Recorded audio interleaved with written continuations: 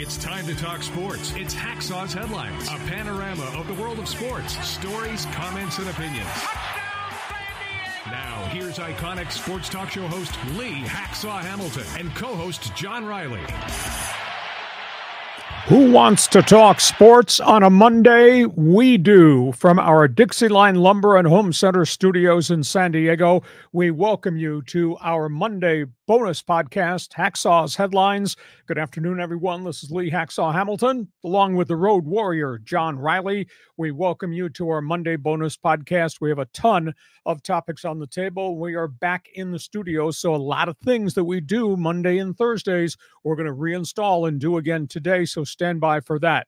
Our podcast is brought to you by DIXIELINE Lumber and Home Centers, 9 locations in San Diego. If you've got projects this winter going towards spring, you need people to talk to, you need consultants, you need DIXIELINE Lumber. And by North County Eye Centers of Poway and Escondido, when it comes time to have your eyes examined, whether it's glasses, contacts, whether it's a surgical procedure for glaucoma or cataracts, you need them. I've worked with them. They are great. North County Eye Center, Poway, Escondido. John Riley, road warrior, baseball scout, basketball fan, went to spring training, went to Vegas to see the Mountain West Conference tournament. Holidays over, back to work. Back to work, but we're back in the studio, Lee. So we had a great trip. You know, the Aztecs kind of lost it there at the end, but the Padres are set up nice. It was a great trip, but happy to be here with you. A couple of program notes. When we're done, we do what we do well. It's called Fans Forum, and we invite you to contribute. John, explain where we came up with this concept and how people can get involved right at the end of the show to co-host with us. Okay, so you got a comment or question for Lee? You know, just jump on board, get in our fans forum. This is where you can ask questions. Type it in the live chat on YouTube, Facebook, or on X, and we'll get your question or comment to Hacksaw, and you'll get a reaction. And a reminder, if you like sports, check my website. It's all written. It's posted every morning. It is unbelievable. And when you go to leehacksawhamilton.com, there's an orange box in the upper right. Have you joined the Insiders group? Fill that out so you'll get on our mailing list. Want you to share with everybody what we do. Tell them what we do on Mondays and Thursdays. Want you to subscribe. Therefore, you will get the alerts every time we put something up on our YouTube channel, and we do that a lot. John, let's talk March Madness. Let's talk hoops. Boy, have we got a lot of topics on the table. There are. But before we get to it, I just want to say the best 15, it is unbelievable. That email that we create, you know, you write it. I just kind of send it out. But there's so much information in that. And it's like you get an instant snapshot of what's going on in the world of sports, from baseball to all the way down to, like, you know, soccer and auto racing. It's unbelievable. You're missing something if you don't subscribe, if you don't join us on the Insiders group, because we send out the best 15 minutes in sports written to you every morning. So join the group. March Madness. Let's start with San Diego State. Item 1. Statement game in the big victory over Utah State. Red flag warning, the loss in the championship game to New Mexico. We had the good, the bad, and we had the ugly. That was an amazing 17-point come-from-behind win over Utah State in the semifinals. They were dominant. Jaden Ledee took over the game in the second half. He fouled out virtually all of the Aggies' big men. The guards played really, really well. San Diego State had a horrific start, rallied back, and won. Then they got to the championship game, and they went 14 down to New Mexico, ran uphill virtually the whole night, finally tied it, had the short lead. The game got away from them. You know, it was interesting in the Utah State game. I'm always big on payback. Here's Jaden Ledee, snubbed by the coaches, not named player of the year on the Mountain West Conference. So he showed them the credentials, what he did against Utah State with all those coaches sitting in the stands looking. He should have been player of the year, I think, in the Mountain West Conference tournament. He carried the Aztecs to the win. But then it was followed by an awful, disappointing loss in New Mexico. The same old traits showed up, John. Ledee had no shots in the first 10 minutes. He had no baskets in the first 16 minutes. And the guards who had played so well the night before played really poorly. Butler, Trammell, Waters went 6 for 25. They wound up going 3 for 12 on threes. And I said all along, if they're going to win this thing, the guards have to produce to take the pressure off the big guy. Big guy finally got it in gear in the second half of both those games. The guards did not get it in gear against New Mexico. Aztecs have now lost 3 of their last 5 games. It's just not the same basketball team. And of course, you got now 8 losses this season within the conference against the best the league has to offer. First round NCAA tournament. They're going to play Alabama, Birmingham, UAB. End of the day, this domino fell in the favor of San Diego State. They're playing in Spokane, where they're very familiar with the court. Fans can get there and support. It's not a big-time travel thing. It's not at altitude, which is huge. And the guys coming to play them are going to travel 2,000 to 2,500 miles to get there and experience the Pacific Northwest. So this thing has worked out really well for San Diego State. Alabama Birmingham is not athletically equal to what the Aztecs are. They're not as experienced as the Aztecs are. And the fact that this is going to be a long 2,000-mile road haul for the Blazers, I think San Diego State gets through the first game. But that being said, then they're going to have to play Auburn in the second game, and that won't be easy because Auburn's got athletes, Auburn's got transfers, Auburn's got a passion play of a coach in Bruce Finch. So Aztecs get in the tournament, got a pretty decent seeding, and they're here. They're not going 2,000 miles east to go play in Orlando, what they did last season. So you sat there. I heard you screeching in the first half. I heard you cheering in the second half.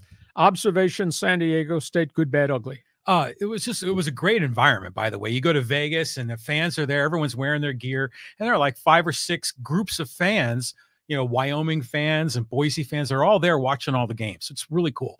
But Ledee is just a specimen. I mean, that guy, he is just can be so dominant, and he's even hitting 3-point shots. I mean, it's just incredible. But to your point, you're right, man. And when Waters goes dry, and when Trammell can't hit the shots, and when Micah Parrish goes 0 for 8 or whatever he's been on some of these games, the Aztec offense looks really bad. I mean, it just really struggles. So it's definitely a hot or cold thing. But you know, New Mexico, man, those guys are good. We always knew they had a lot of headroom. They could explode on you at any time. And I swear to God, Jalen House, that guy, where does he get all this energy from? It's unbelievable how he's everywhere all at once on the court, and the way he loves playing the villain. And it's just an amazing athlete and an amazing team. Wow. What a tournament. Yeah. He hits 3-point shots, points to his bench, and then runs down the floor, points at Aztec fan. Yes. Just amazing player. And the energy level is beyond what you would normally expect. The motor never turns off. The mouth never shuts up either. Why with all the experience the Aztecs have in the backcourt, are they so erratic? I can understand Ledee having these stretches where no shots in 10 minutes because they're doubling them all the time.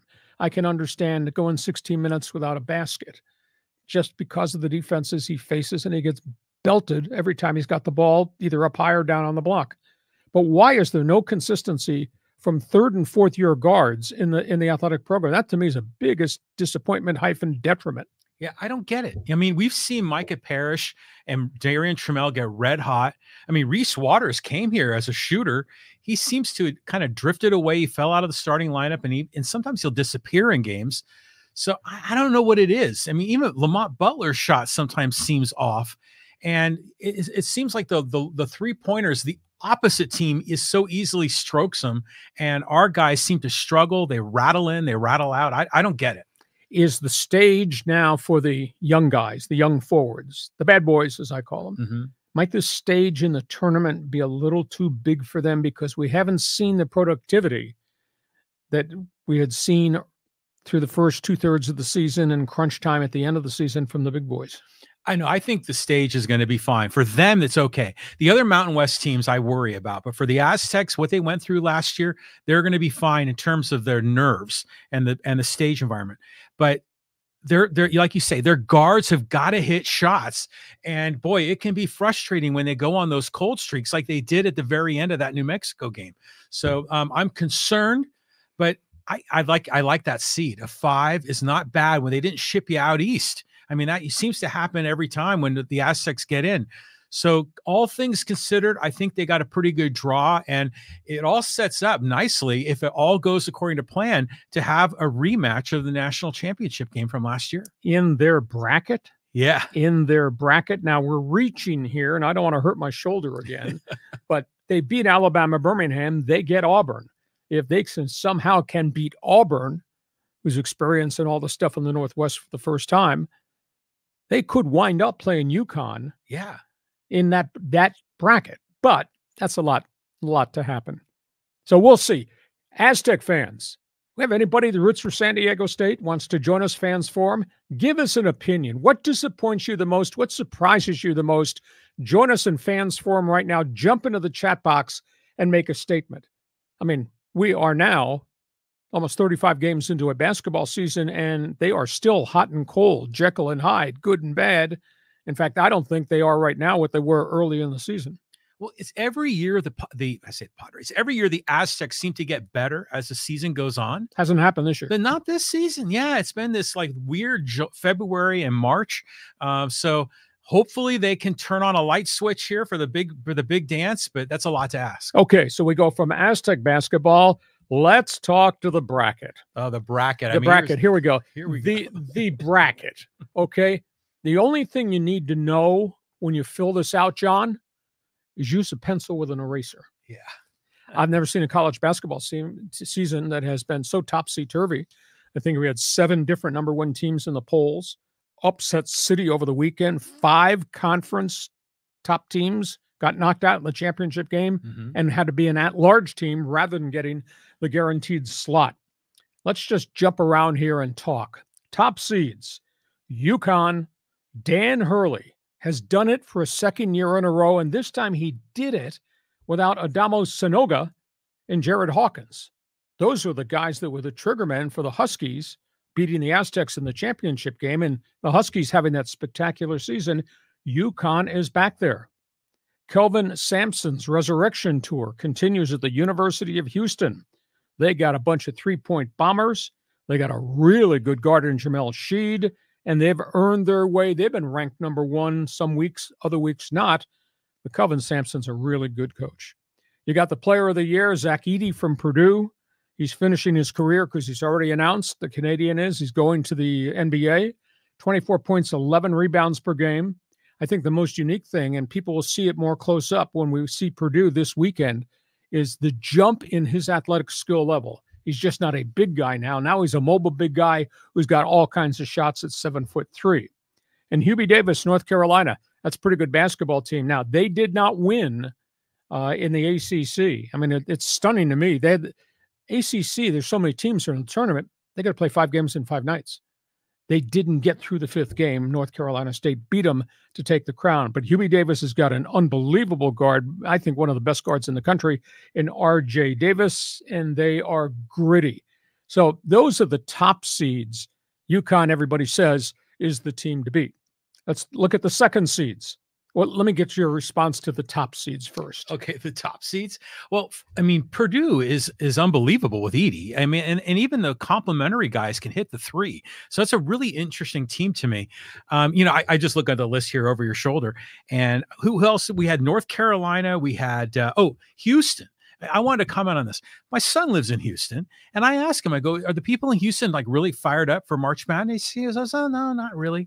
It's like bandwagon fans out there in Houston, which caught me by surprise. But Kelvin Sampson, that's a hell of a coach. Yes. And he's had a little bit of a rocky road in his career. I think the correct word is checkered. Yeah, checkered, but he seems to be on the straight and narrow there.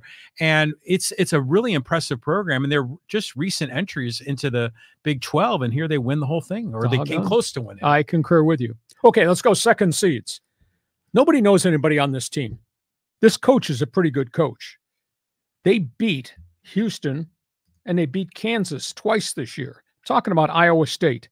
Talking about their coach, T.J. Otzelberger. He can recruit the hell out of a different breed of player, molds them, and gets them back into the tournament with like 20-plus win seasons. That's a good coach that I don't think anybody in the nation really knows about. You got Marquette. Shaka Smart. Boy, does he wear his heart on his sleeve, on both sleeves? Does he show it to you all the time? What a street fighter he is. What a great job. That Marquette team's pretty good. Tennessee, they've got a big shooter, transfer portal guy by the name of Dalton Connect, a Division II player. Wow. Who went and jumped into the SEC and has been very, very productive, shoots the three, etc. 6'6". And they got a good coach that doesn't have a big nationwide reputation in Rick Barnes, except that Rick Barnes has been lots of places and done lots of good things. And then there's Arizona. Now, they got toppled in the Pac-12 tournament, which was a bit of a surprise. But you got Tommy Lloyd, you got the Euro connection, you got Caleb Love, who I think is as complete a shooter as there is on the West Coast. Massive big guy, Ballo, Pelle Larson, the European invasion. Tommy Lloyd, I mean, last 2 seasons, what he has put together since he replaced Sean Miller, pretty impressive. So what do you think about the second seeds? Okay, well, I've been watching a lot of Arizona games this year because Keyshawn Johnson's there, and he's really improved his game, by the way. I mean, he can hit the corner three now. Arizona is very tempting. And I was surprised they didn't, clear the deck there in the Pac-12. I mean, Marquette is another interesting team. By the way, I love Marquette's uniforms. The way they have the stripes kind of like down the side of the old Al ribcage. McGuire Marquette colors. Yeah, that's a good look. Throwback. It is a throwback. So, and then Tennessee, they lost in their tournament. I think, was it to Mississippi State? That was unexpected. So second seeds, I agree with you. I think Arizona is going to forge their way through a bunch of rounds and maybe even become a Final Four team because they got an awful lot of talent there. Okay, let's go closer to home. Let's go to the Mountain West Conference. It was interesting. Brian Dutcher made a comment to me last week at the press conference. I'll guarantee you this, Lee. Each team in our conference, we're tired of playing each other. We're tired of the game prep. We're tired of the warfare on the court, beating each other up. Let's just go play someone else's colors. And if you think, 6 teams, could have been a 7th with Vegas, 6 got to March Madness, and they banged heads all season long. So these 2 teams, if they're not worn out, these 2 teams should be prepared to handle anything.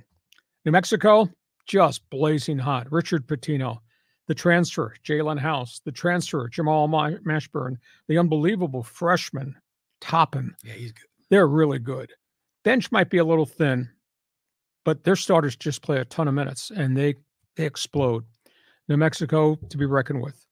Utah State, they got to regather the momentum. Transfer University, all those kids that came with Danny Sprinkle. Montana State, and he inherited some other guys that jumped in at the last minute.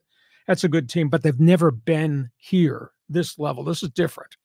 His 2 stars are Division I AA or Division II guys. Haven't been here at this level this time of the year. Aztecs, can they play 40 minutes together and be productive? Which Aztecs team shows up which night? Colorado State, there's something that's missing. I like Niko Medvedev, the coach. He's hostile on the bench. He's just screeching at everybody, including his own players. There's just something that doesn't feel right about the Rams. They got Tyler Degenhart back, the big forward, but for a guy that's a third-year starter, he doesn't dominate like you think a 6'8" guy would. Do have the great guard in Isaiah Stevens. Nevada, you got Steve Alford with just a wealth of postseason tournament experience. Player, coach, they got to get their guards healthy. And in Boise and Leon Rice, they got bangers. They don't have phenomenal athletes. They're more grinders, but they can shoot the three. So this is the best year ever in the Mountain West Conference because of all these teams and all these transfers that have transformed the conference. Everybody on network TV, that's all they're talking about is the 6 teams that are making it from the Mountain West. But a lot of their bids, except for San Diego State, were lower than everyone expected, which is because I think they're saying the non-conference schedule they didn't have any impressive wins other than San Diego State. And then now they're talking about expanding the conference regular season to 20 games? Yeah. And that's going to screw it up even worse. Well, it'll take your ability to get good non-conference games. Now, the Wyomings of the world can't schedule good non-conference teams very often. The Aztecs can because of their reputation, because Aztecs front of the uniform says San Diego State. Mhm. On the corner of the pants, it says Quad 1. Yeah. So, I mean, you play San Diego State, that's an important game. You put it on your schedule, whether it's Viejas or in your own building. So I just think it's been a mystical year. I don't know how many of these teams will get through the first round in this weekend. West Coast Conference. This is kind of interesting what's developed there. It's not the same. It's not Gonzaga. It's St. Mary's. We saw St. Mary's early in the season when the Aztecs punched him in the mouth, and I thought, oh, this is going to be a long season for Randy Bennett. They got progressively better and better and better as the season went on, and they are hot. You know, it's almost late March. St. Mary's has lost just 2 games since December 1st. Wow. That's how good they are. Wow. And they whacked Gonzaga and got them out the WCC title. Gonzaga, they're just not the same program in terms of lots of athletes, bigs and all that, but they're still good. Mark Few, I think, happens to be a great coach. Boise, the one guy on Boise that has really started to grow, and it's taken a while to get there. He was a transfer from Wyoming, Graham Ike. He's averaging 17 points, 12 rebounds a game. He's playing much, much better now. So Gonzaga will win some games, but it's not vintage Zags basketball with Drew Timme after 8 years graduated. But they'll win some games. At St. Mary's has really come together, and some of their foreign players and Aiden Mahoney are playing really well for the Gales. Thoughts? Well, Gonzaga is not the same Gonzaga. This is the year the Aztecs beat them, but they're a 5. They've got a tough assignment in that number 12. I think it was McNeese or something like that. They're red hot. So they're going to be walking into a difficult spot. But I love seeing my guy, Randy Bennett. He's another UCSD alumni, by the way. I'm surprised he's still there. Yeah, he's been there forever. Talk about international recruiting. So love to see him have a run here. But those are the only 2 teams from the WCC that made it, right? Now, top first round games. I'm always fascinated the first weekend, actually the first Thursday, Friday. You see matchups you never, ever see. You see teams that you know are good but you never saw on TV.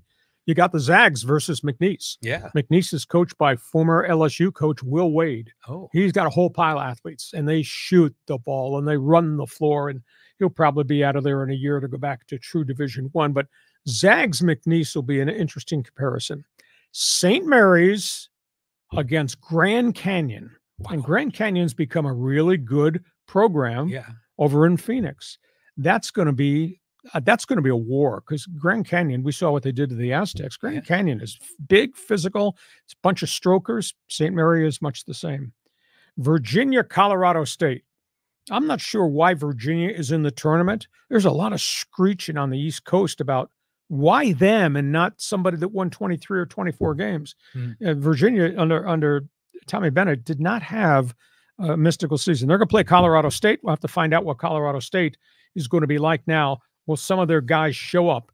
The one thing is that's going to be an ugly game, because Virginia, they run the old Princeton offense. Like, we'll run the clock and we'll run the clock and we'll run the weave and run the weave. And then, by the way, we might shoot it. They do play good defense. So I don't think that's going to be a high-scoring game.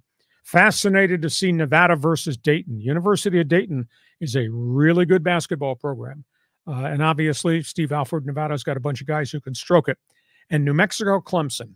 I don't know. Is this too much for the Lobos? Game 1 against the ACC Tigers.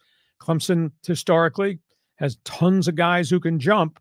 I don't know about the depth, whether the Lobos can actually hold up over 40 minutes against these guys. But then who would think Jalen House and those guys would play the way Jalen House and those guys play?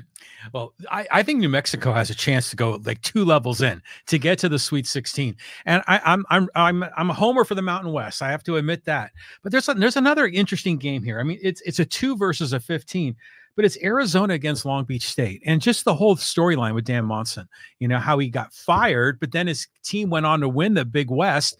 And oh, by the way, my alma mater, UCSD, could have been the Big West champion. They came up just short, but someday my Tritons are going to be in this dance. Well, as soon as they get eligible and get rid of the stupid transition rule, there'll be an opportunity. Right, for sure. But don't sales pitch me the Long Beach 49ers are going to match up man-to-man against the Wildcats. Yeah, that's going to be a tough assignment. Not this lifetime. Yeah, no. Okay, so that's a look at March Madness. You're a basketball fan. You're a hoops junkie. Jump on board in Fans Forum. Get your question ready. Go into the chat box. We'll be answering your questions right at the end of our podcast. We get to halftime. Our podcast is brought to you by DIXIELINE Lumber Home Centers. 9 locations to serve you. Does not matter what the project is, whether it's kitchen cabinets, whether it's flooring, whether it's bathroom vanities, whether it's front doors like he put on at his house, whether it's windows. Hey, these are the people to do business with. They've been with us since day one. You should do business with them. These are the professionals, DIXIELINE Lumber.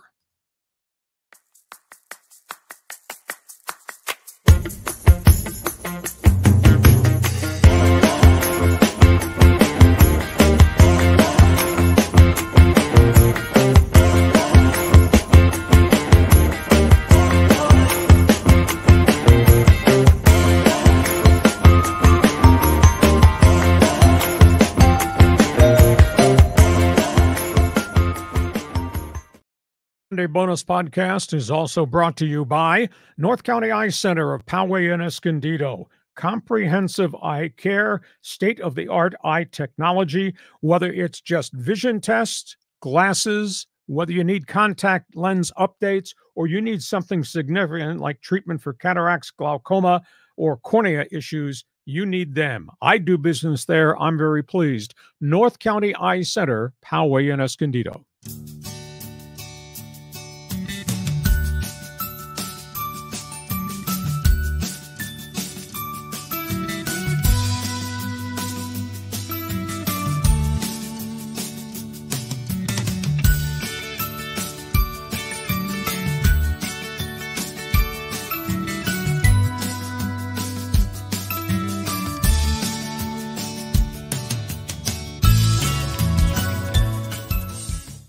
And before we start the second half of our Monday Bonus Podcast, just a reminder, we want you to join our group, Hacksaw's Insiders Group. John, explain to everybody on live stream how they can be part of it. Okay, so if you want to get like email updates of some of the most amazing content, Hacksaw is like a great writer. I mean, you do a lot of really good stuff with your one man's opinion and the best 15. You can get that delivered right to your inbox. Just go to leehacksawhamilton.com, go to the orange box, sign up for the Hacksaw's Insiders Group. And boy, we got a lot of neat things planned for the new year. So please join us. And reminder, want you to share and subscribe. Tell everybody what we're doing. Give us a thumbs up. Give us a 5-star rating because we could use that help too.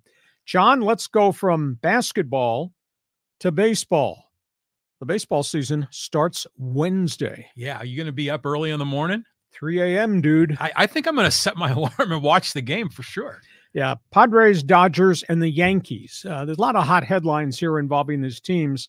Let's first of all talk about the Dylan Cease trade with the White Sox. The Padres get the ace of the Sox staff, pretty competitive guy, great velocity, big power strikeout pitcher, misses a lot of bats. Now, he is not going to be on the active roster for this series Wednesday, Thursday with the Dodgers. He did pitch Sunday night and went 2 strong innings just to get acclimated in South Korea to his teammates and his team. He pitched okay as they hung on and they beat the LG Twins of Korea. So Dylan Cease will be there. And I like this Padre pitching staff because this Padre pitching staff right now, as I view it, has got the big 3. They got the young pitcher, Michael King, as the 4th, and then they'll have a myriad of guys, some of them came from the Yankees, will fight for the 5th position. You got that rotation with 9 guys in the bullpen who have all proven themselves at different roles, responsibilities. The Padres still have money to spend. I think A.J. Preller saving what's left. We're led to believe it's $8 million left, saving it for the trade deadline. If he has to do something, wants to do something, makes a deal for someone that makes a difference. I think I'd rather have that money in my pocket than do it now. They are continuing to talk to Tommy Pham, but it's a 1-year deal. It's worth $3 million. You know, Pham, when he was here, I think hit 211 and 226 with the Padres. He had about 5 substandard seasons. Last year, he did hit pretty well with the Arizona Diamondbacks, but he's out there. I don't know whether they're going to sign him or not. Now, there is some real controversy. The New York Daily News yesterday released a story. Their baseball sources told them Padres ownership, upon the passing of Peter Seidler, told A.J. Preller, you will trade Juan Soto. There will be no more offers from us. In essence, you have to reduce the payroll by $100 million. Daily News quoted baseball sources that the Padres owners told Preller, this is the way we're going to operate. And the New York Post, in a baseball column, asked this question after watching 4 weeks of spring training and watching what's going on with the New York Yankees roster. They asked this question: does Juan Soto really fit in here? Now, we're not talking about Juan Soto's bat. Right. We're talking Juan Soto, who is deficient in left field. It's a team that has now moved Aaron Judge to play center field, and that's a big amount of territory to have to cover, and is concerned he's going to get hurt trying to play 130 games in left field or in center field. And they obviously have got questions now about their pitching. Their pitching staff is in tatters. They traded 4 arms in the Soto transaction. Now they lose Garrett Cole for at least 8 weeks, if not longer, if not possibly elbow surgery. That's a big blow. Carlos Rodon, who's been an accident waiting to happen ever since he left the White Sox, is getting shelled. He's got forearm problems again. And Nestor Cortez, who pitched well till he physically broke down last year. So suddenly, Yankees seem to have all these issues with their roster. Now people are second-guessing Brian Cashman. Yeah, you got Soto, and Soto might have MVP credentials, but look at the rest of your roster. Yankees, to me, look in trouble. Okay, comment on the Padres, what you saw. Comment on the Yankee storylines. Well, the Dylan Cease trade, I still love it. I mean, even after sitting on it for a few days, terrific. I watched the game last night. You know, it was on late at night, like at 8 o'clock, and Cease pitched. And boy, when he was throwing, I hadn't really studied him before, but you just feel very confident that this guy is going to be rock solid. You know, there's no second guess in this. He's going to be a good quality pitcher. He's a fierce pitcher. He's only had one crummy season on a crummy club last year. Yeah, exactly. So this is, I think, a great deal for the Padres. It's interesting, like you say, it's that trickle down effect, because now you've got the 3 veterans. Then you got in the 4th spot, you got King, and then you got all those other guys competing for number 5. But I'll tell you what, Matt Waldron and that knuckleball was pretty crafty last night. I think he went 3 innings of shutout ball. He's had a very good spring. Now, maybe that's because it's spring training and people aren't used to seeing knuckleballs, and maybe when we get to opening day, people light him up. I don't know. I mean, he's a lifetime 4A player. Are you telling me a 4A pitcher is going to make a difference in a pennant race? Yeah. But maybe as the 5th starter, yes. Yeah, exactly. Okay, your thoughts on everything being written in New York? Well, it's funny how the Yankee fans are kind of realizing what we felt in San Diego, that Juan Soto is an amazing player, but he sometimes doesn't really fit. And defensively, yeah, he's not very good defensively. We saw that plenty of blunders the last few years. But, you know, the Yankees got Trent Grisham that can play center field, no problem. Why don't they just DH Aaron Judge, or do they have someone else in the DH hole? Well, they've got a young rookie by the name of Spencer Jones. Big, tall, power-hitting left-handed bat. He's Carlsbad. Yeah. He should have been in the Padre deal. Yeah, wouldn't that been nice? Yeah, I mean, there were a whole bunch of guys that I had at the top of my checklist that the Padres should have gotten that didn't get, that are still Yankee property. So I think Jones, I think he breaks camp with the club, I think, is the DH.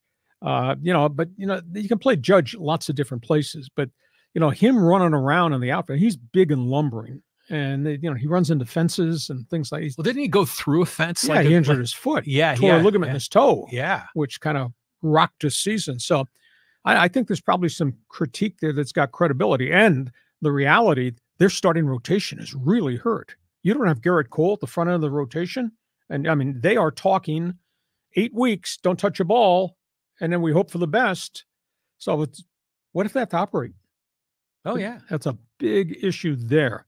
So a lot of critiques of the Yankees right now. Brian Cashman, I'm surprised. I mean, they're not what they used to be, and he's been able to hold his job. But boy, if this doesn't work this year, I wonder if something's going to happen to him. Well, the Yankees fans always want their superstars, and they've been getting them. You know, they re-signed Aaron Judge. They go out and trade for Soto. You think that would make the fans in New York happy, and they're still upset and still angry. They're so cantankerous. Well, Giancarlo Stanton came at a hefty price from Miami, and he's been hurt. Yeah, well, he's always hurt. That guy's rarely on the field. Yeah, 201 last year. He's making $30 million a year. Well, that would be ideally your DH if everyone were healthy. But, you know, Carlos Rodon, too, he was so dominant a few years ago, and he just hasn't done anything. Well, really. he had injuries, forearm, shoulder, but wasn't the same. Yeah. Started like a house of fire with the White Sox. It was think he was a #1 draft pick, very high in the draft too. Had a couple of good years, broke down, and just hasn't been healthy since that point in time. Let's talk about the Dodgers. Dodgers, look at their batting order. It's like they're just bludgeoning people in spring training. I think their record now is 14-3 overall, including the Japanese games. They're just out hitting teams. And I think maybe the Dodger theory is we'll just slug our way to victories the first half of the season and then wait for all the other pitchers to get healthy to come off the disabled list. You know, you tell me, is there a weak link in the Dodger batting order? I don't think so. By the way, Ohtani, 500 batting average through spring. Unbelievable. Now, that includes 0 for 3 before he's getting on the plane. He was hitting 750 before he had the last 0 for game. I mean, what a phenomenal thing there. They got the 3 young pitchers. They're taking them all to opening day. Bobby Miller, Gavin Stone, Mike Grove. Walker Buehler's on a faster track than they want him to be, but he's pitching okay. And obviously they're going to wait for Dustin May. Then we'll see what happens with Kershaw. Yash Yamamoto. Now, I'm not going to run around and saying the barn is on fire, but he's had 4 outings. 2 of them he's gotten rocked. His ERA is 8.58 in spring training. Yes. Wow. You know, and we talked about looking at video of him in Japan. You say, boy, is that stuff wicked. And he had 1 good outing. Then he struggled a second outing. Then he had a 1-inning outing that was okay on a backfield. And then he got lit. 8.58 ERA. Now, this is the first time through the blocks for him. Too much too soon? I'm not saying he's going to fail, but that's really odd. And how important was Ohtani in the Dodgers? I don't know if you saw this.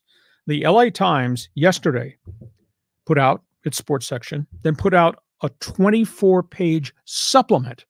And here I was ripping it open. I thought, oh, it's great. It's going to be preview each of the divisional races. Look at the teams.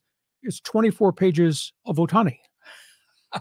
I mean, articles, tons of pictures. Ohtani, the high school player, Ohtani in Japan, Ohtani with the Angels, Ohtani with surgery, Ohtani's wife, Ohtani's family, Ohtani's former coaches and opposing players.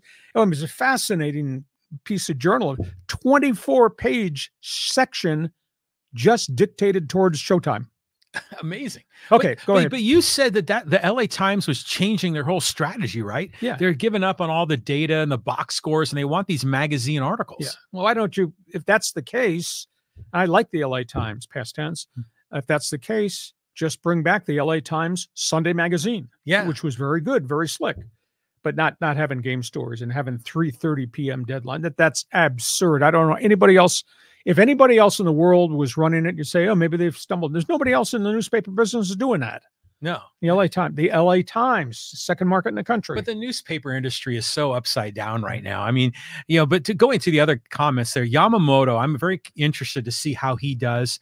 His whip and ERA were really low in Japan. And so, he got to face big boys now. It's a little different.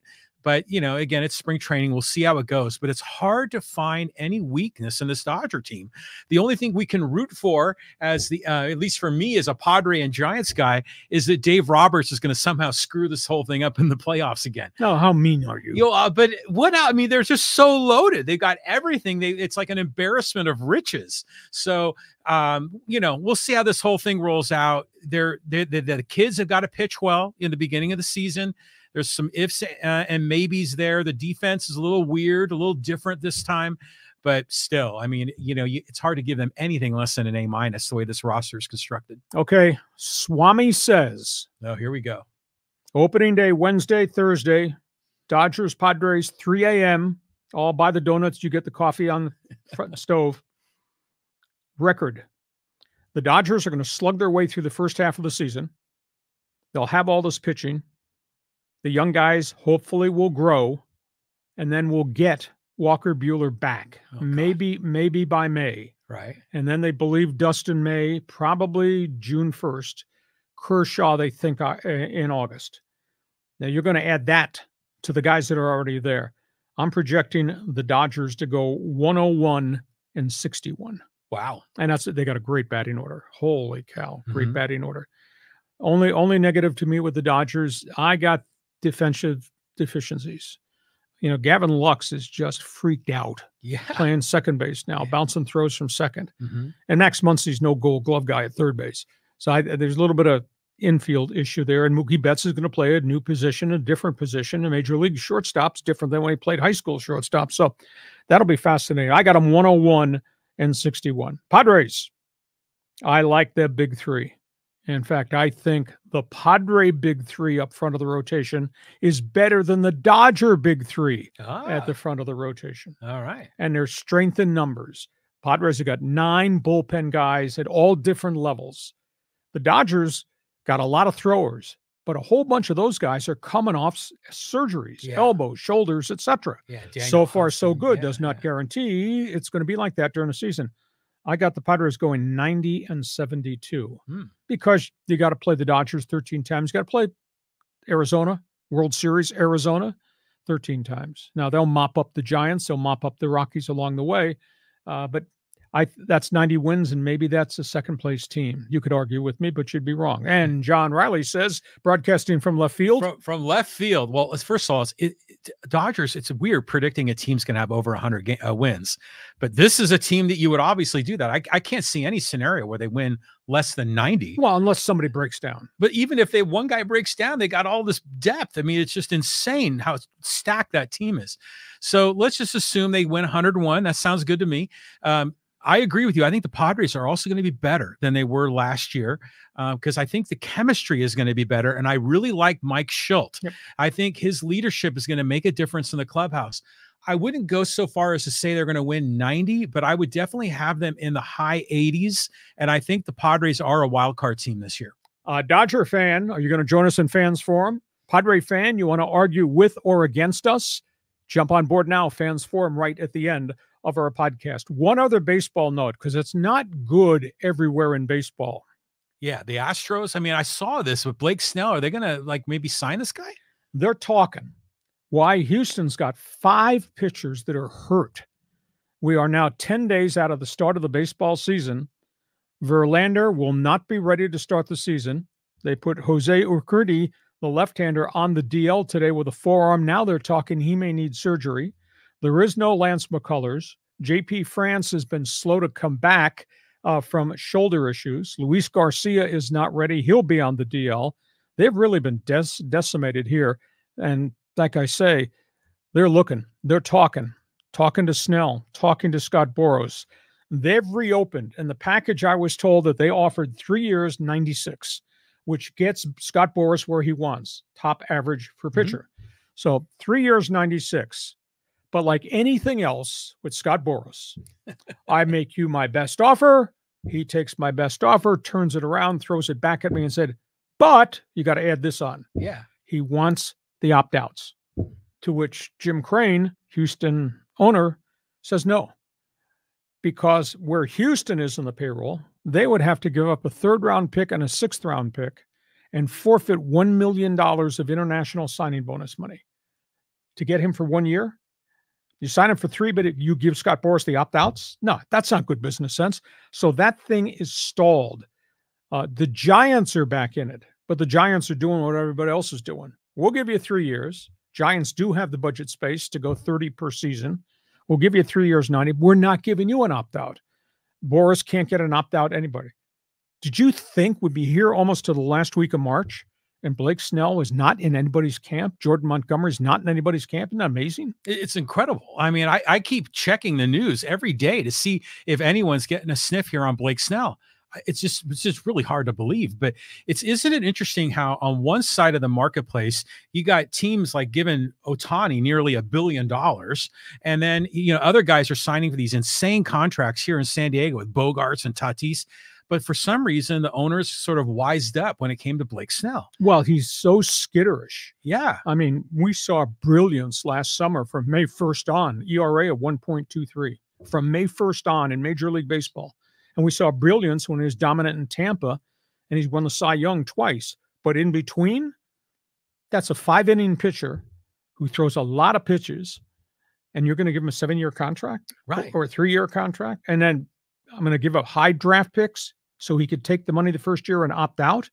That if I were king, if I were general manager, I wouldn't do that. Yeah, it's interesting, isn't it? How they're smart about it now. It seems like they weren't smart before.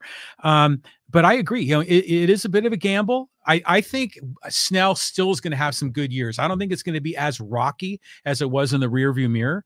But isn't it also interesting that the teams that he is most likely to go to are the ones that are up against the cap, have the luxury tax problems like the Yankees and Astros, and yeah, those additional penalties are really a thorn in the side of those owners. Yeah, a lot of people don't realize how complex the collective bargaining agreement luxury tax program is.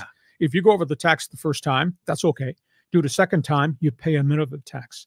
If you do it a third year in a row, you pay a mega tax. And if you're like some of the people, like the New York Mets owner, Steve Cohen, who've gone into a fourth level, another solar system, your tax is like 130, 150% of the contract you gave Blake Snell. You can't do that. Yeah. That's the gripe with the Yankees. And the Yankees, they need him, but if they sign him to a $30 million deal, their tax is $33 million. That's a $63 million investment for the first year for Blake Snell. And it'll be that same amount going forward. That's too much money. And then he gets to opt out after the first year, and you've lost all those other penalties, like the draft picks and the international pool money. It's just bizarre how we're this far into it. And then the other guys like Tommy Pham, he hasn't landed anywhere. There's a number of other good names out there. JD Martinez, but those guys have got veteran age on them. Tommy Pham has not been a dominant player. He's had a hot spot year here and there. Yeah. JD Martinez is okay, but he's one dimension guy, bat in hand, designated hitter. That's it. And these guys are asking for, in Martinez's case, 2 years, $30 million for a DH, age 36. But do you think maybe those guys are going to announce their retirement because they're realizing no one's going to sign them? Nah, they'll wait for somebody else to break down, but they won't get the money they thought they were going to get. So that's where we are. Major League Baseball. Anybody's a Snellzilla fan, jump on board in Fans Forum. Want to hear what you got to say. Let's turn, because of all the other things we're talking, March Madness. There's not enough hours in the day to do this. No. March Madness, spring training, Dodgers, Padres. Oh, by the way, NFL free agency started last week.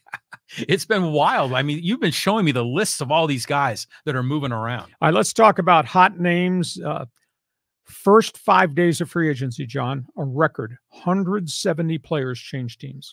Whew. Everybody went on the market, and a lot of them got big paydays. Now the Rams, that's the first logo up there on our board. They got ambushed. They did not see this coming.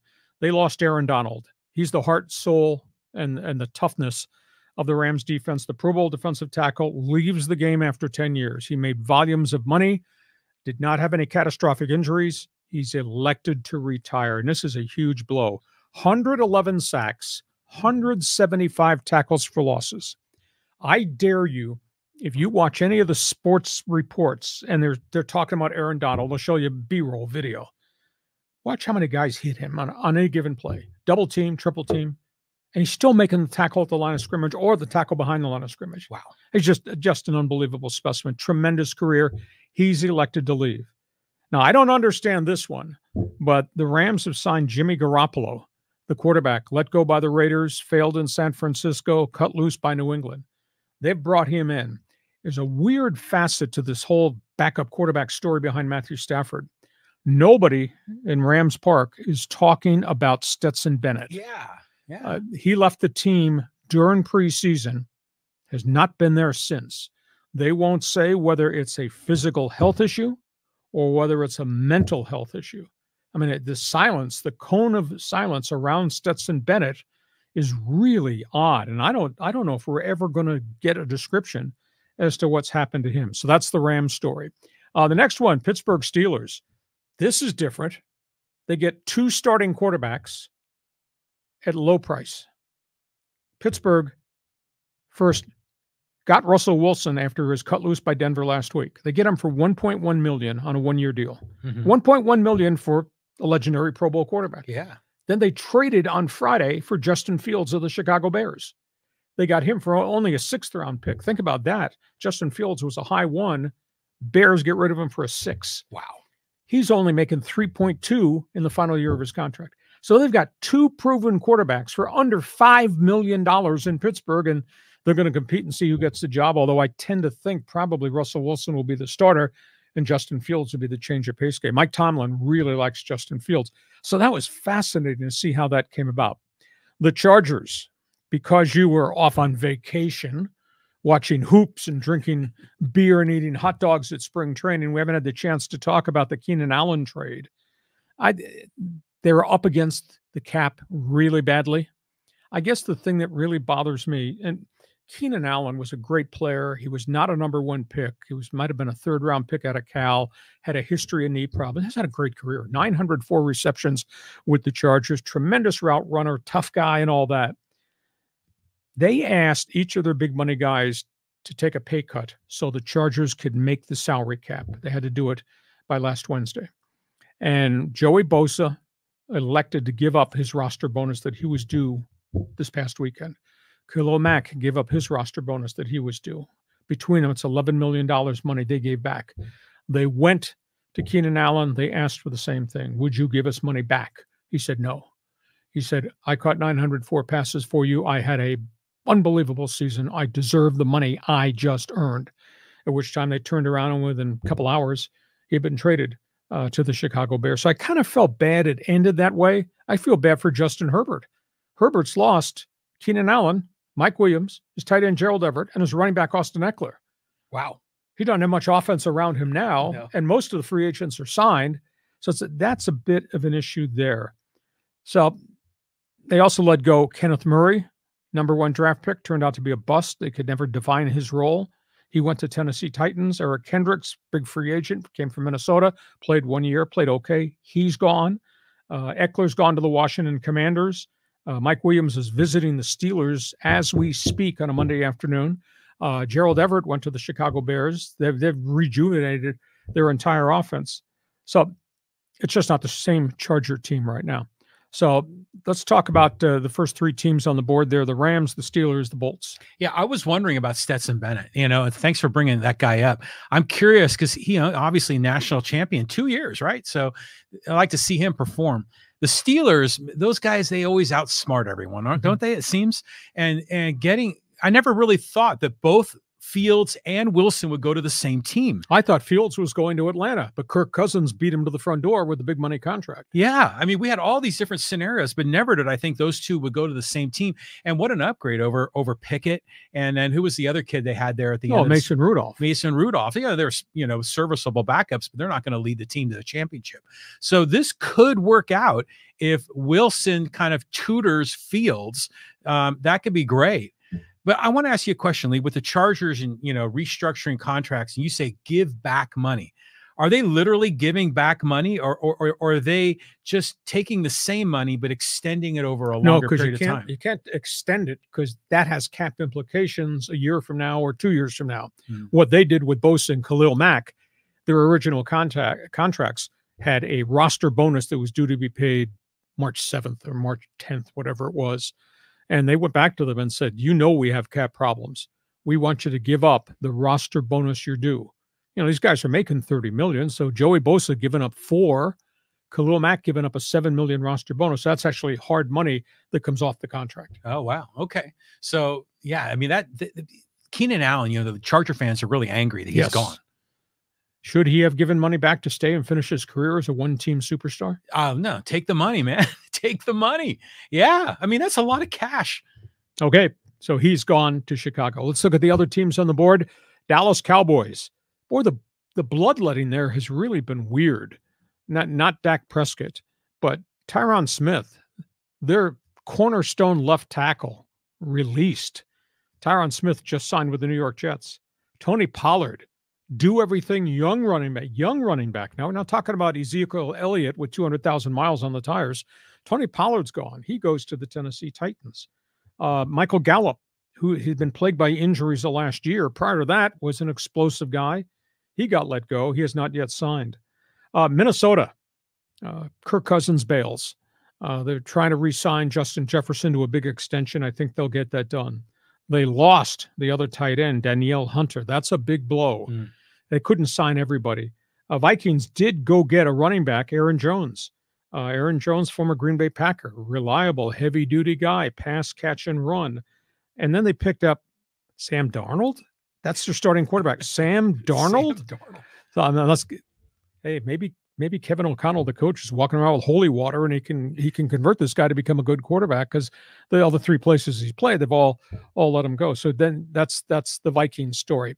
The Eagles traded for Kenny Pickett. I don't understand this transaction, because Kenny Pickett is a different quarterback. This is a big pocket passer thrower. Jalen Hurts creates, runs around, does the RPO. That's not Kenny Pickett. That's a weird acquisition to me, unless maybe they don't think that Jalen Hurts is going to be able to stay healthy. So I thought that was a strange hire. And then you got the Denver Broncos.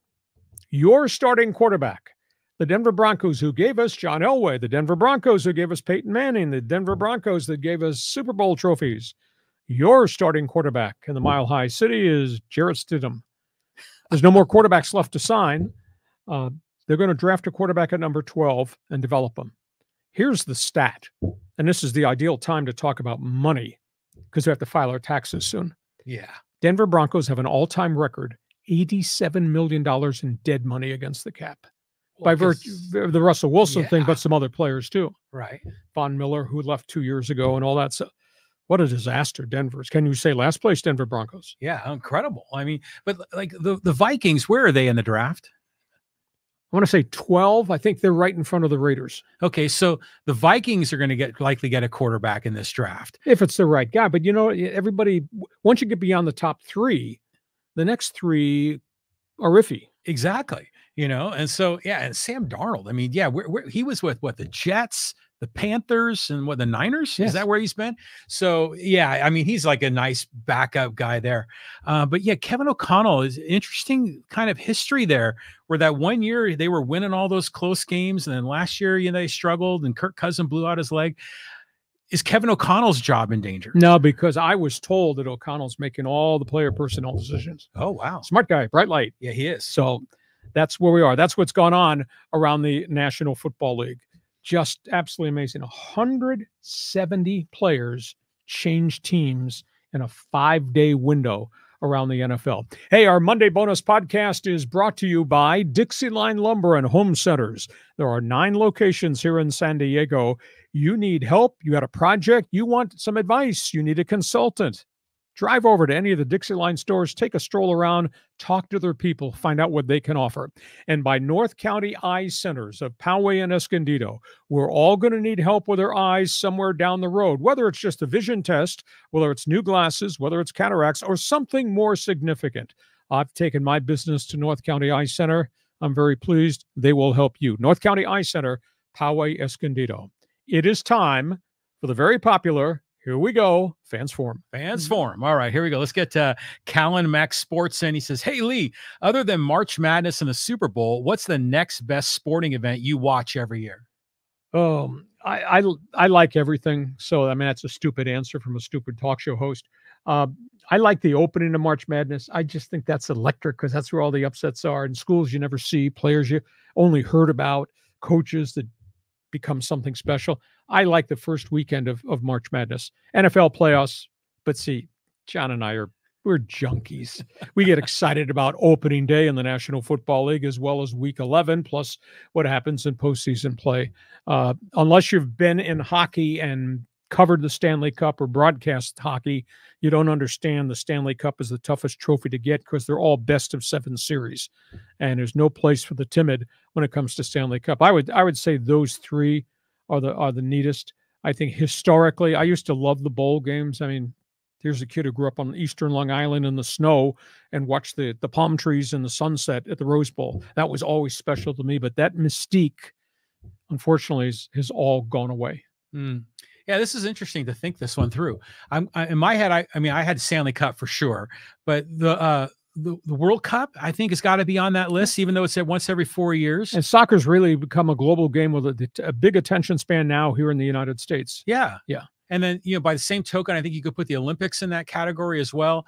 And then the other thing that I really enjoyed last year was watching the festivities of the pregame of the Indy 500 and all the pageantry there. And it's just so Indiana, and how they make that a special event. And I think there's a lot of events like that, whether it's the Masters or the Kentucky Derby, that has all that pageantry that is really special. Yeah, very much so. Good question. Go ahead. Okay, let's go here to Michael. And he says, hey, the NCAA basketball tournament, the best reality show ever on television, is starting this week. Michael, here's the question. The games are spread out over 26 stations. How do you view all the games at once? Do you do 26 boxes on your TV? How do you do that?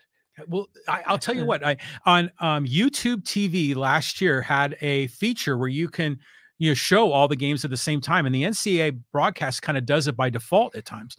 But what do you have to go? CBS Sports Network, and then TNT, and then what is it, like True TV is one of the other stations. But this is a great time of year. My buddy runs a pool every year. He takes Thursday and Friday off of work, automatic vacation days. Basketball flu. Yeah, just so we can watch the games for both games all day. So love this time of year. March and October are the two best sports months. On we go. On we go. All right, let's go here to Tim. He says, memory lane question. Fondest memories of the Chargers' magical 1994 season.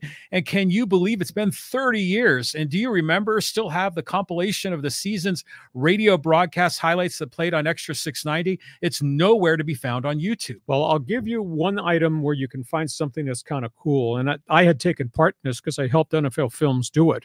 And it totally got away from me. I've forgotten about it over the years. But if you YouTube Chargers Road to the Super Bowl, it will take you to the 30-minute documentary that we did about the Chargers' road to the Super Bowl and the AFC Championship game in Pittsburgh, in Blitzburg, against the Steelers. And it's right there on YouTube. It is really cool, and just stuff flashed back to me. In terms of memories, granted, the Super Bowl was a tough night at the office. Chargers got beat, 6 touchdown passes from 49ers quarterback Steve Young, Tom running one of the best offenses of all time, I think. But to me, my memory, and John and I have talked about this, and we'll do it again, the memory was the trip, the journey to go through the entire Chargers season, from getting hot early to the quarterback getting hurt at midseason, to having a quick start kind of evaporate because they got a bunch of losses, and then getting hot again and winning games in the toughest venues at all, especially at Arrowhead Stadium in Kansas City, winning that game in a near brawl, winning in Seattle on a 99-yard touchdown pass, beating the bleep out of the Raiders and Al Davis as they were throwing interceptions and the Chargers kept taking them back for touchdowns. Those, to me, the journey of that is what stands out more than just what happened on Super Bowl Sunday. And I felt bad that we got blown out, but the reality was that was a great, great team. But I flash back instead to all the big games and the events that happened. And it all started on opening night in Denver. We played a late afternoon game against Elway. Elway's in 3 amigo wide receivers. Oh, yeah. And they'd always go down the field and score in the final 2.5 minutes. And I thought they're going to do it again. And what made that thing eerie, it was a Sunday night game. It was hot and humid, thunder and lightning across the sky. And Elway throws an interception on the final possession. Junior Seau picks it off, and the Chargers win. And they never bleeping won ever in Denver, going back to even to the Dan Fouts days. So the journey to me is the most important thing. Yeah, the journey was great, but how about the way San Diego came together? Oh. And it wasn't just the hardcore sports fans, but everyone was in, Charger mode. And given all the disappointment, and, with the Holy Roller and we can make a list of all the Charger catastrophes. This was a magical run. I don't think we expected the Chargers to have that kind of a season. Came together, once in a lifetime opportunity. I remember Stan Humphries saying, "Oh, we'll get back there." Well, you don't get back there. No. Never the same team. Things changed. Things changed radically for them, with players dying, with career-ending injuries, etc. So it's a different time. It's interesting you bring this up as we're into 2024. The saddest part to me, not that we lost to the 49ers, saddest part to me is like the community has forgotten. The media has paid no attention to that 1994 season. And as you say, 30th anniversary coming up. Newspaper writes everything about soccer and all this and that. Do something on the 30th anniversary of the Super Bowl. They didn't do anything on the 25th anniversary. Mm-hmm. I was the only one on TV. I was on CW6 at that point. I did a 25th anniversary thing about that season. That bothers me that, quote, our community doesn't remember the greatest moment in pro football history for our community. It's a weird thing, because everyone's so down on Spanos for taking the Chargers away. But, sometimes you get a little bit of crap for continuing to report on the Chargers when so many people in San Diego have given up on them. I mean, have you ever wavered on that? Have you ever thought, well, maybe I want to pick a different team to be my primary? No, because I cover everything in the NFL. Okay. I mean, all you need to do is just go to my website and read the best 15 minutes in sports. It's all written. My football section, it covers everything. Now, do I cover the Chargers? Yeah, because that's where the most names are recognizable. But I'm not going to blow them out just because they blew us out as a city supporting its team. But that's okay. You're getting all the information in the NFL. I just package it because I do pay attention to the Chargers, and I do find I get a lot of response from Charger fans, whether they like them or hate them. They respond. They do respond. Okay, let's move on. Let's go to El Duque. He says, go Lobos, and Mountain West Conference hopefully make some noise. I don't know how many of them go beyond the first round. San Diego State is pretty good. New Mexico is unbelievably gifted on offense, but they're playing Clemson, and that's big boy basketball. You're not playing anybody in the Mountain West, so we'll just see which team shows up there. But this has been a fascinating college basketball season, the best season ever. And I've been here a long time covering this. And it's the transfer portal, which has broken a lot of teams up. Transfer portal made teams in this conference because there are players everywhere. And these coaches went and found guys. And they found guys who were bounce backs from Oklahoma State or TCU or Ohio State, like Jaden Ledee. And they found small college guys that played at 1AA schools or Division II schools and elevated them. They could play at this level. That whole Utah State team is so fascinating. Well, they got 24 wins, and they did not have one player coming back from last year. Yeah. And they rebuilt it with a whole bunch of guys that played at a lower level that showed they could play up here. So that's transfer portal has helped make this kind of a unique season. Well, how many years have we gone here where the Mountain West, until last year when State went deep, we haven't had a Mountain West team really get beyond the Sweet 16, have we? No, the Aztecs, I think, about the only one in modern day times. So remember when Utah made the Final Four? Was that Mountain West or was that the WAC? Oh, I think that was the WAC. You're talking about the Rick Majerus. Yeah, Rick Majerus. Yeah. I think that was the WAC days. Yeah. So that was probably like a little over 20 years ago, right around the turn of the century.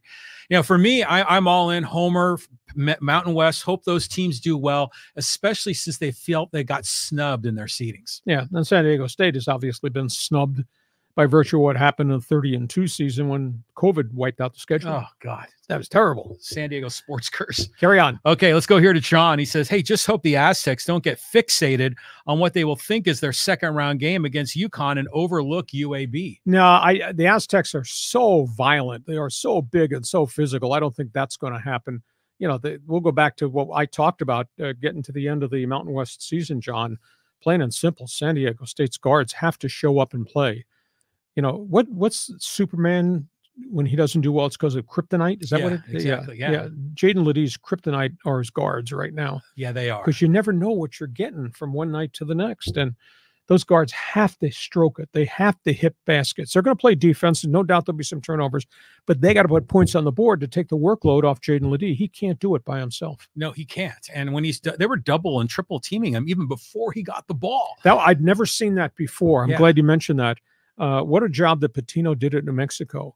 When they posted Jaden Ledee down on the block, as the ball swung to that side, they doubled him before there was ever an entry pass. Yeah. And when he came out high post out by the foul line to try to run something, they doubled him before the ball ever got there. Most of the time they couldn't get it to him. That's why he went 10 minutes without a shot and 16 minutes without a basket. They could not get the ball into him. They couldn't. Yeah. There's going to be so much game film studied of him by these new teams in the tournament.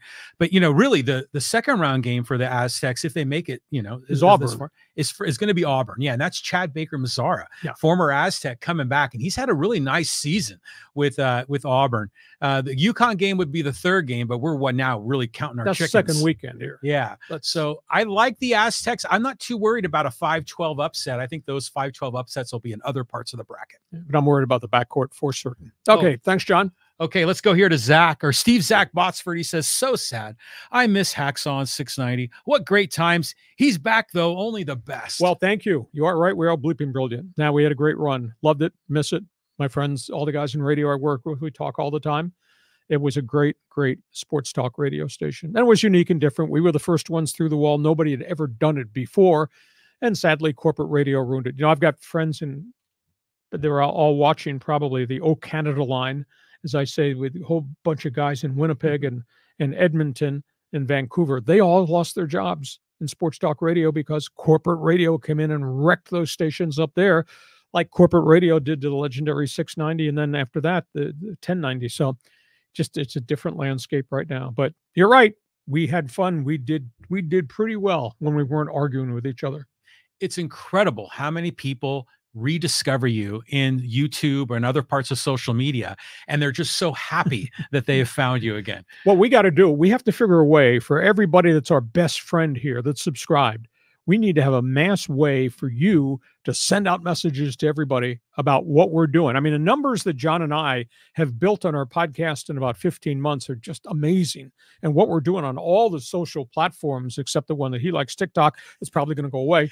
But what we need to do is somebody come up with a game plan to help us spread the word on social media about what we're doing on social media. Just tell everybody what our mailing address is. Well, it has to be fan supported, like, follow, share, and subscribe, spread the word. It's not like, we've got billboards of Hacksaw along Highway 5 promoting the podcast. It's got to come from the fans. Okay, a couple more here before we put a lid on it. All right, let's go to 4RXLA. The Bears practically gave Fields away to the Steelers. Well, I went back. It's a good question, XRA. I went back and did a statistical analysis, a deep dive on Fields. 40 touchdowns, 46 turnovers in his career, 135 sacks in 3 years. As gifted and as athlete as he can be, strong arm in it or busting the pocket and running for big games, the guy turns the ball over a lot. And the guy's ability to read defenses holds the ball too long. 135 sacks in 3 years. Wind up in a hospital playing like that. That's why they couldn't get anybody interested in him. It wasn't a contract thing. His dollars are only $3.2 million this season. So the fact he was a high first and they gave him away for a 6, and we'll see Mike Tomlin and those people can fix him or grow him. It'll be interesting. He was also waylaid by the fact he's played on a bad Bears team. They've had very negligible offense last group of years. Haven't had great offenses hardly ever in Chicago. So we'll see if they can polish him and build him to be more productive, because the turnovers, 46 turnovers, 135 sacks in 3 years. Ooh. Well, it was weird how the Bears kind of signaled to the whole world they were going to take Caleb Williams. So it makes it harder for them to trade Justin Fields. Everyone knows they want to dump him. So they use it as leverage in the deal. And well, they drove the price down when they said that, Exactly. Yeah, I was surprised they did that. Is there any chance the Bears take anyone other than Williams? No. Yeah, that's a stone cold. The rumor mill now is that the top 3 picks in the draft are going to be quarterbacks. And the other rumor mill is there's of the top 6 picks, 4 of them are going to be quarterbacks. 4? Well, J.J. McCarthy evidently has rocketed up. Well, we were saying he might even be a first-round pick. Well, that was before we started to see what he did, and everybody around the country started to praise him. I'm still not convinced he's a top 5 pick in the draft. He was lucky he played at Ann Arbor, lucky he played for Harbaugh, lucky he had 2 power running backs, a massive offensive line, 2 good receivers, and a great defense. This guy is not a one-man show. This guy manages the games. Who's the second quarterback to come off the board, do you think? Well, that's a great question. Jaden Daniels has jumped a lot, has come up the board. So that I'll be fascinated to see if this is true. Jaden Daniels was a one-man gang at LSU. So at this point in time, is he the guy? I'm surprised that the Pac-12 guys haven't gotten more recognition. Bo Nix manages games, but very intellectual, doesn't make mistakes. And yet Bo Nix is still being portrayed as being a 13th pick. And Michael Penix, he plays with such passion, yet he's not there in the upper echelon. He's more of a back of the first round type guy. J.J. McCarthy's the one who's gotten all the fanfare. So again, that's why you go through pro days. That's why you look at 2 years worth of video of J.J. McCarthy at Michigan, and maybe they're seeing things that I don't see. But and maybe he turns out. We didn't know anything about Brock Purdy, except he played at Iowa State and he was productive. But that was Iowa State. And obviously Tom Brady, wow, Hall of Fame. Yeah, wow, Hall of Fame, exactly. That's why I study it. Okay, let's keep going here. Let's go to Gary. He says, Joey Bosa typical Chargers. He could sprain his ankle and be out eating Raisin Bran in the stands for half the season. He's not the other Bosa, Nick Bosa, who's also had one major injury, but Joey's hurt all the time. Big issue. He got paid based on what he did the first group of years coming out. You get 15 quarterback sacks and you create havoc coming off the edge, you're going to get a payday. But then he got hurt and he's had all types of injuries. And it's not that he's out of shape. He just, guys roll up on him. He gets blindsided, gets, wrist and forearms and ankles and knees. And so he took a pay cut. I think he's overpaid. I think he plays hard, just can't stay on the field to the level you want your superstar to be. Isn't it weird how we see so many really fragile players in sports? We're just talking about Giancarlo Stanton, and now here's Joey Bosa. In your opinion, who is the most durable athlete that you have been so surprised by? Well, you get quarterbacks who take unbelievable hits. Brady, I think, only had 2 major injuries in 23 years. Mm-hmm. And that's not a place, to be scared. You have to stand in there and make plays, and he made plays. I think Derrick Henry of Tennessee, for a heavy-duty guy, he gets a lot of carries every season. Derrick Henry's had a pretty good, with one exception, career with 1 major injury. So it's just such a tough physical game. And, and then you see guys who play in the offensive line. Cleveland Browns Hall of Fame left tackle Joe Thomas never missed a game. What did he play, 13 years or 17 years in the NFL? It's phenomenal. They flashed up his last game of the season. They flashed it up on TV. How many games he has started, never came off the field. A little bit of luck in that, in addition to great skill. So it's just the NFL is such a tough game. Do you believe in the phrase injury prone? Are some people legitimately injury prone, or do they just have bad habits? No, I think there are some guys who are just injury prone. Closer to home, there was a young kid, a cornerback from Stanford by the name of Jason Verrett. Played here, high #1 pick. Played here 5 years, 6 years. Couldn't stay on the field. Knees, ankles, Achilles tendon, shoulders. Went to the 49ers. Gifted athlete, could run, tremendous skill, coverage, all that. Couldn't stay on the field there. He's finally got released last year by San Francisco, and everybody tried for years to keep him on the field. Couldn't happen. I bet he had 8 to 10 major injuries in his career. And that's guys getting hurt, guys trying to defend a guy on an out route. Jason Verrett plants his foot to go with him, blows his Achilles out. It's just the flukeness of the injuries. It's crazy how some of these guys are just there. They're in and they're out. I was thinking Phillip Rivers, I think, is a pretty durable quarterback. 17 years. I think he had the one injury, the knee injury, the year they thought they might go to the Super Bowl. He had the scope. And he played on it. With no ACL or something nuts. LaDainian Tomlinson, tremendous career. You talk about heavy duty carries, contact. He stayed on the field forever. I think Manny Machado is maybe in that group too. Granted, he is coming off an injury right now, but he's had so few. He's only had 2 injuries his whole career. One in Baltimore very early, and then what happened when he got hit by a pitch. Mm-hmm.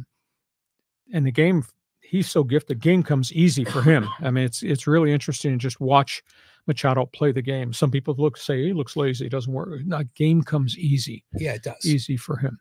Hey, listen, we hope you have enjoyed our Monday bonus podcast. We want you to tell all your friends. You need to come up with a game plan to help us promote what we're doing, because what we're doing here is pretty good. We're here Mondays at 1. We're here Thursdays at 1, and sandwiched in between, I'm bringing donuts. He's brewing coffee at 3 o'clock in the morning, Wednesday, Thursday, to see the Padres tango with the Dodgers. Our podcast is brought to you by DIXIELINE Lumber and Home Center Stores, 9 locations to serve you for the unique projects you want to do around your home, and by North County Eye Center of Poway and Escondido. When you need help with your eyes, and we all will, think about them.